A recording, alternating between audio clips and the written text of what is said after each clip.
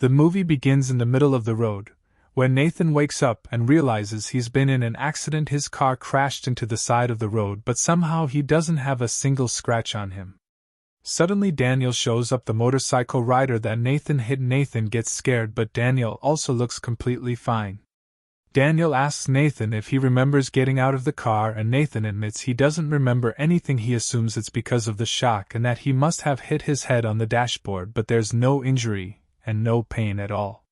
Then Daniel drops the big truth. He tells him they're both dead and explains that he died first because he was standing there a few minutes before Nathan arrived.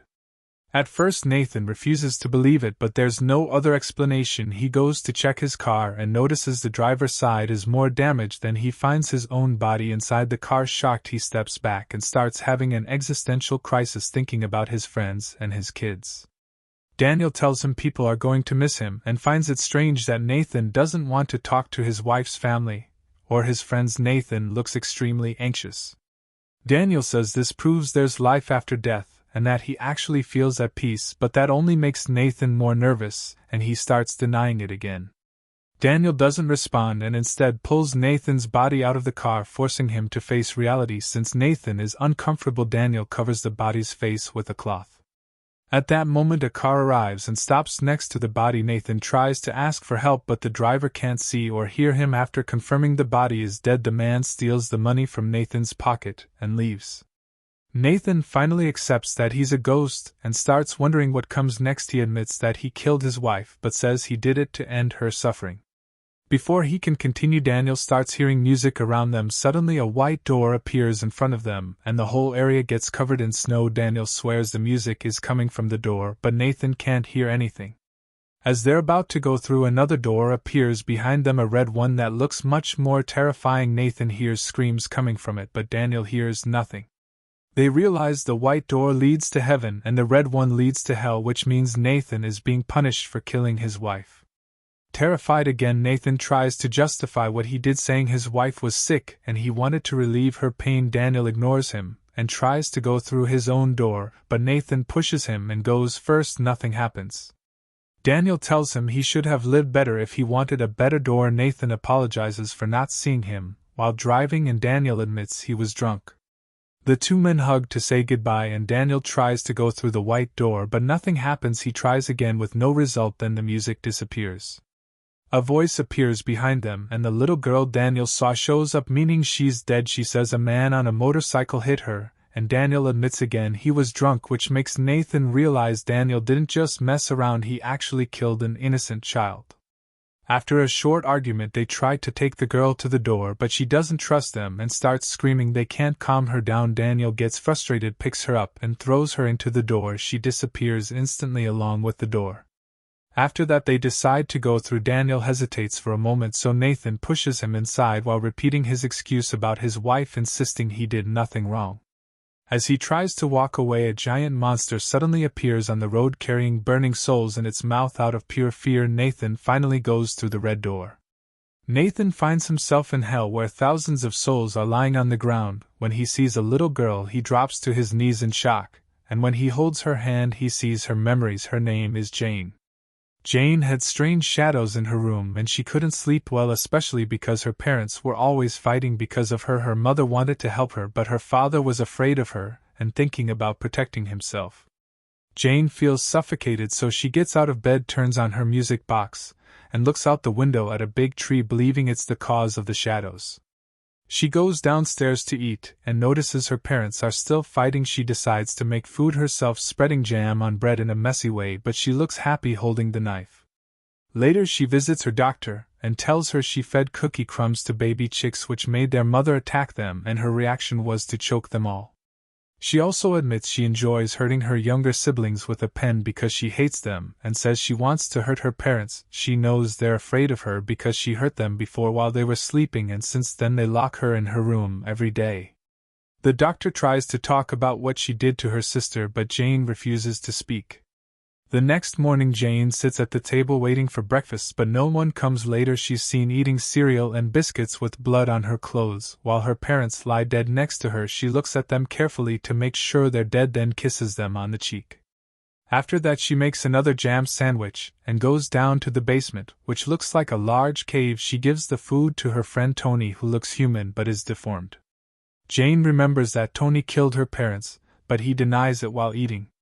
She tells him her parents are dead so he can come upstairs and live with her now. Tony walks around the house amazed by the warm sunlight he has never seen before. Jane takes him to the bathroom and teaches him how to use the bathtub while she puts on her mother's makeup and wears her earrings. Once again, Tony is fascinated by the feeling of clean water on his deformed skin. After a while, Tony puts on Jane's father's clean clothes, and Jane asks him to help her move the bodies, but first she wants to do something like a goodbye surprise. Using her imagination, Jane sets up a little play, placing her parents' bodies on chairs and talking about breakfast while laughing at her own jokes. Then she brings a chain, ties Tony up, and drags him onto the stage, accusing him of being the killer and saying he needs to learn his lesson. Tony denies killing anyone and explains that he doesn't remember anything from before he appeared in the cave. Jane pretends to hold a vote from an imaginary audience to execute him, and Tony is forced to stand on a chair as if he's about to hang himself. Later, Tony hides the mother's body under the bed, while Jane happily jumps on it, imagining how she used to hurt her parents with a knife while they were sleeping. After that, he brings the father's body to hide it, but then realizes he can't see himself in the mirror, which confirms he's just a manifestation of Jane's dark side, and that she was the one who killed her parents the day before. Since neither of them knows how to cook, they eat cereal and jam sandwiches for lunch. At that moment, the doorbell rings. Jane opens the door and finds the mailman, who needs an adult signature. She calls for Tony, but he doesn't respond, so the mailman leaves a notice and walks away. Jane starts searching for Tony, worried, but doesn't find him downstairs. As she runs around, her strange drawings start appearing on the walls. Eventually, she finds him in her parents' room, eating their bodies. She screams and tells him to stop, and he shuts the door.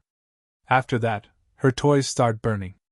Jane goes to check on her little sister, who is drawing violent scenes. Jane says Tony is hungry, takes her sister to the kitchen, puts her in the oven, and turns it on. Then she walks away happily, singing, while shadows move along the walls around her. Back in hell, Nathan feels disgusted by what he's seen and sits on the ground.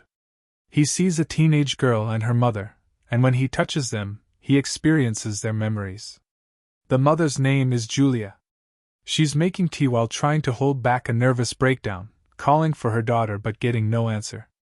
She notices a dried blood stain on the table and tries to clean it, but can't, which only increases her guilt and disbelief. Julia goes into the bathroom to take her daughter's body out of the bathtub filled with water and blood. She cries while holding her like a doll, then drags her body into the bedroom and places it on the dining table, still crying. She sets up breakfast and talks about a vacation they could go on. A flashback shows her daughter Chloe sitting in the bathtub, wasting time. Julia comes in and reminds her not to be late for school. At breakfast, Chloe listens to her mom arguing with coworkers while staring at a knife. Memories of being bullied at school flash in her mind, making her life feel like hell. With a small motion, Chloe cuts her finger with the knife, and blood drips onto the table. When it's time to leave, she tries to explain that she can't handle it and wants a day off, but Julia refuses, saying she just needs time to adjust and make friends. Even when Chloe cries and says the school is hell, Julia assumes she's exaggerating because she's a teenager. In the present, Chloe's body falls from the chair, and a cat comes to lick the blood from her hand. Julia scares the cat away and puts Chloe in a wheelchair while the phone keeps ringing. Suddenly, Julia breaks down and says they're going on a trip. She rushes to the closet, packing in a panic. She covers Chloe's body with a blanket and says she loves her, even if she wasn't always there for her. She also says Chloe won't have to go to school anymore and will be homeschooled. When Julia opens the front door to leave, she's shocked to find it blocked by a brick wall. Another flashback shows Chloe hiding in the school bathroom while bullies mock her and bang on the door. Eventually, she opens it, and they shove her into a mirror, insult her, force her to kneel, and make her lick their shoes while one of them records everything. Back in the present, It turns out the brick wall was actually Julia's neighbor, who came to check on her after hearing screams. Julia, panicking, says they're going on a trip and tries to end the conversation, but the neighbor senses something is wrong, enters the house, and is horrified to see Chloe's body. Moments later, Julia is driving with her daughter's body beside her, crying as she talks about the day Chloe was born and wishing she had given her a better life. She begs Chloe to respond, and eventually the truth hits her. She closes Chloe's eyes, loses focus, and crashes into a tree. A flashback shows Chloe dying in the bathtub and her mother finding her. Julia wakes up bleeding as firefighters break the car open to rescue her. She struggles in their arms, refusing to leave her daughter behind. While some of them pull Julia away, others check Chloe and find her dead, assuming she died in the crash. Chloe is placed in a body bag, while Julia keeps crying and begging, unnoticed. Back in hell, Nathan covers the bodies and collapses from everything he's seen. At that moment, the devil appears and says he will take Nathan to the punishment he deserves. Nathan tries to justify himself, saying his wife had multiple sclerosis, but the devil says she was mentally unstable and never asked for euthanasia, so he had no right to kill her. The devil takes Nathan to another area, explaining that the first step of eternal punishment is partial isolation, where souls forget their past lives and become pure, without pain or despair. Nathan enters a new door and finds himself in a dark room filled with sleeping souls. The devil says this isolation will last 4,000 years, which is nothing compared to what comes next. Nathan starts to panic as the devil leaves him alone. Suddenly, a blanket moves, and a rotten spirit named Billy appears. Thinking Nathan is a new toy, Billy attacks him violently, punching and breaking him without thinking. Nathan is thrown to the ground as Billy keeps beating him until he stops moving. Billy then screams in frustration when he realizes he's destroyed Nathan's soul, which will cause him to be reborn. In the real world, a woman gives birth to a healthy baby, and the devil tells Billy he has sent back a cursed soul.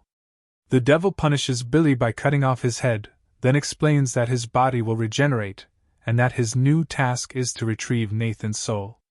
Shortly after, Billy appears in the baby's room, and the movie ends there. Thanks for watching, and don't forget to share your thoughts in the comments, like the video, and subscribe to the channel.